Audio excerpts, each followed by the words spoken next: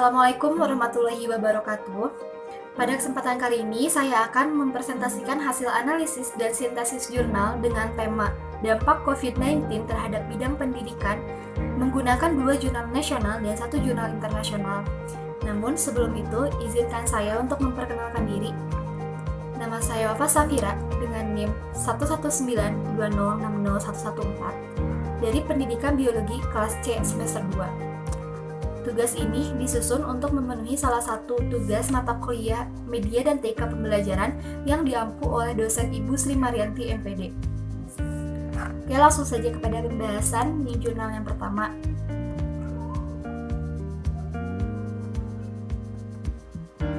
Jurnal pertama merupakan jurnal nasional yang berjudul Dampak COVID-19 terhadap Kegiatan Pembelajaran Online di Sebuah Perguruan Tinggi Kristen di Indonesia, yang ditulis oleh Erika Widiana Pratiwi dalam Jurnal Perspektif Ilmu Pendidikan, volume 34, nomor 1. Jenis penelitian pada jurnal ini adalah deskriptif kualitatif.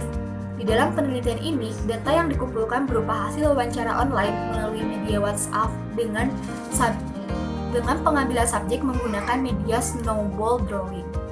Subjek terdiri dari 3 mahasiswa dan 2 orang dosen di Universitas Kristen Satya Wacana. Instrumen penelitian yang digunakan dalam penelitian ini yaitu peneliti sebagai instrumen utama dan hasil wawancara sebagai instrumen bantuan. Hasil dari jurnal ini yaitu terdapat beberapa kendala dalam proses e-learning ini. Salah satunya yaitu tidak stabilnya sinyal atau jaringan, terutama di daerah-daerah pelosok, dan juga membutuhkan biaya yang cukup banyak untuk kebutuhan kuota. Tetapi dalam proses pembelajaran e-learning ini menjadikan pembelajaran itu menjadi lebih fleksibel dalam hal waktu dan tempat. Selain itu juga dapat mencakup peserta didik dalam jangkauan yang luas. Lalu yang selanjutnya dalam jurnal yang kedua,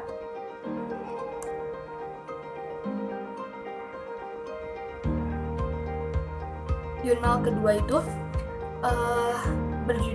masih jurnal nasional dengan judul Urgensitas Pendidikan Akhlak bagi Anak Usia Dasar, Studi Era Darurat COVID-19, yang ditulis oleh Muhammad Saleh Asingkili dalam jurnal VGMI STIT Al-Ittihadiyah Labuhan Batu Utara, volume 1, nomor 1.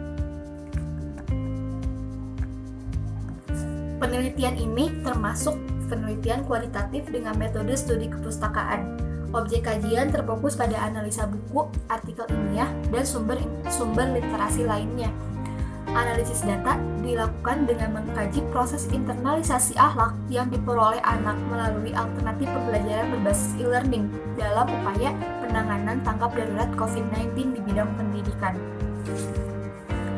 Terdapat beberapa upaya yang dapat dilakukan dalam upaya penanaman pendidikan akhlak khususnya bagi anak usia dasar.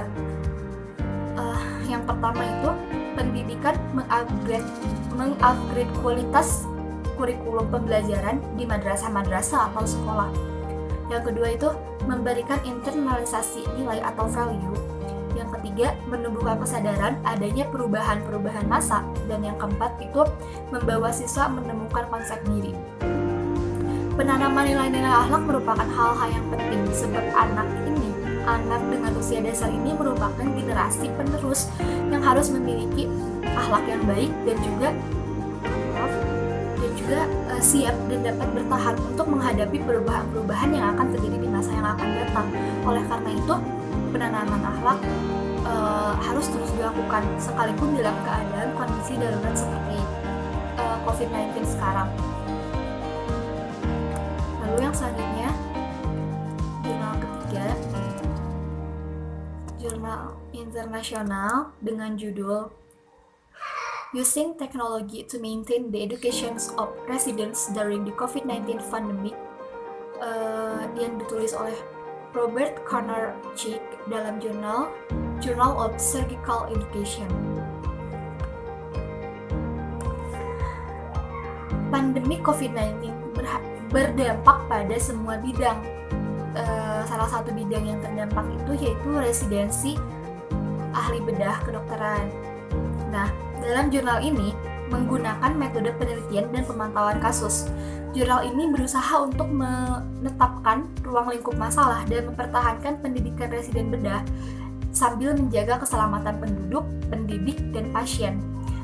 Dalam jurnal ini mengusulkan solusi-solusi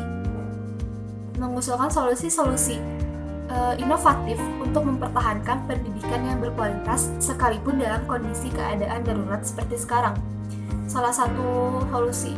Terdapat beberapa solusi itu diantaranya, yang pertama flipped classroom model, yang kedua online practice question, yang ketiga teleconference, dan yang keempat simulasi prosedural.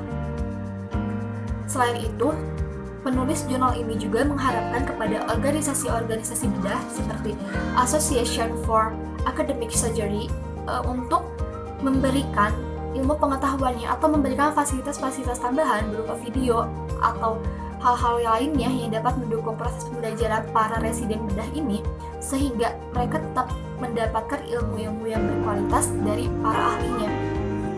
Nah, yang selanjutnya yaitu pengelompokan hasil kajian. Yang pertama itu pemanfaatan teknologi sebagai media pembelajaran terdapat dalam ketiga jurnalnya yang ditulis oleh Erika, Muhammad Saleh, dan Robert. Dan yang kedua, kelompok yang kedua yaitu kendala dalam e-learning terdapat dalam dua jurnal, yaitu jurnal yang pertama dan jurnal yang ketiga. Dan yang terakhir itu urgensitas pemberian bahan ajar terdapat di ketiga jurnalnya, jurnal pertama, jurnal kedua, dan jurnal ketiga. Lalu yang selanjutnya yaitu ada sintesis jurnal. Berbagai penelitian tentang dampak atau pengaruh pandemi COVID-19 telah banyak dilakukan. Salah satunya dampak terhadap bidang pendidikan sebagai langkah untuk memutus mata rantai virus corona ini. Seperti yang disebutkan dalam Surat Edaran Nomor 3 Tahun 2020 dari Kementerian Pendidikan, bahwa sistem pembelajaran tatap muka dialihkan menjadi sistem pembelajaran dalam jaringan pada semua jenjang. Hal ini terdapat dalam jurnal pertama dan jurnal ketiga.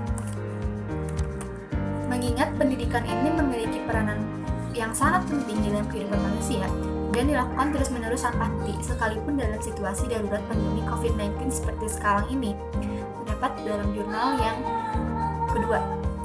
Maka pembelajaran berbasis e-learning merupakan salah satu solusi sehingga pendidikan terus dapat dilakukan dan peserta tetap mendapatkan ilmu yang berkualitas dari para ahlinya.